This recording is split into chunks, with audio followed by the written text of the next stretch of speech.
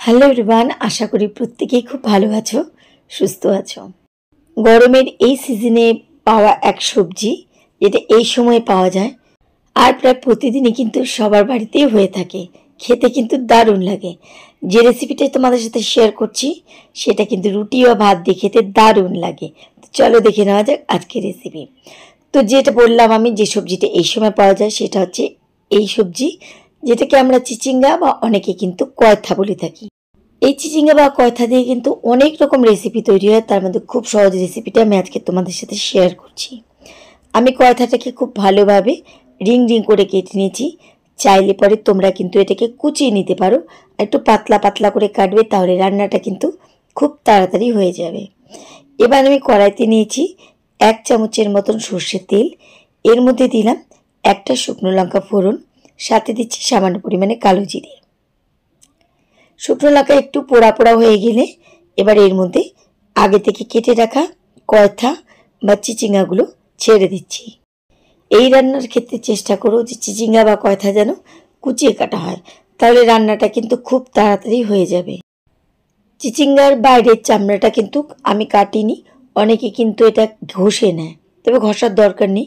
ছোটো ছোটো কুচিয়ে কাটলে পরে কিন্তু এটা ঘষতে হয় না। তো একটুখানি আমি তেলের সঙ্গে সাঁতলে নিলাম। এবার দিয়ে দিচ্ছি এর মধ্যে স্বাদ মতো নুন। আর চিচিঙ্গা বা কয়থা কিন্তু ঠিক ঝিঙে টাইপের, একটু ভাজার পরে কিন্তু এর থেকে অনেকটা পরিমাণে জল ছাড়ে, যেটা দিয়ে চিচিঙ্গা বা কয়থা কিন্তু সিদ্ধ হয়ে যায়। দেখো এখনই কতটা পরিমাণে জল ছেড়েছে। স্টিম মিডিয়াম টু লো এর মাঝে রেখে অনবরত কিন্তু প্রথমে আমাদেরকে ভালোভাবে এই চিচিঙ্গা বা কয়থা ভেজে একটুখানি নরম করে নিতে হবে। তা যতক্ষণে জল টেনে শুকিয়ে না আসছে ততক্ষণে কিন্তু আমাদের ভালোভাবে আসতে হবে। যেহেতু আমি কুচিয়ে দিইনি, তাই এগুলোকে আমি খুন্তি দিয়ে একটু একটু করে কেটে নিচ্ছি, তাই সুবিধার্থে বলেছিলাম যেগুলো কিন্তু একটু কুচিয়ে নিও। এবার দেখো পুরো জল টেনে গেছে। এবার এর মধ্যে আমি দিয়ে দিচ্ছি 2 টেবিল চামচ পোস্ত বাটা। আমি কিন্তু পোস্তর সঙ্গে কাঁচা লঙ্কা বেটেছি, সাথে দিচ্ছি সামান্য পরিমাণে চিনি, কারণ এই ভাজাটা একটু নোনতা হালকা মিষ্টি ভালো লাগে। ইচ্ছে হলে দেবে, চিনিটা না খেতে চাইলে বাদ দিয়ে দিও। দিলাম কয়েক ফোঁটা সর্ষের তেল। এবার খুব ভালোভাবে এই পোস্ত বাটার সাথে এই চিচিঙ্গা বা কয়থা আর একটুখানি ভেজে নিচ্ছি।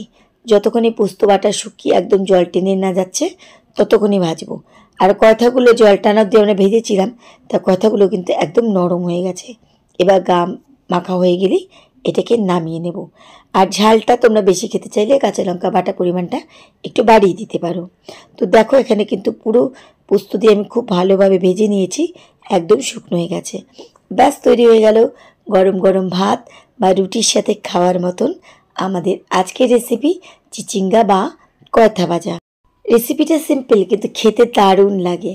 তো কেমন লাগলো আমার আজকের রেসিপি তোমরা কিন্তু অবশ্যই কমেন্ট করে জানাবে। তাহলে আজকের মতো সবাইকে ধন্যবাদ জানিয়ে এখানে বিদায় নিচ্ছি। ফিরে আসবো আবার অন্য কোনো রেসিপির সাথে অন্য কোনো দিন। সে পর্যন্ত সবাই খুব ভালো থেকো, সুস্থ থেকো।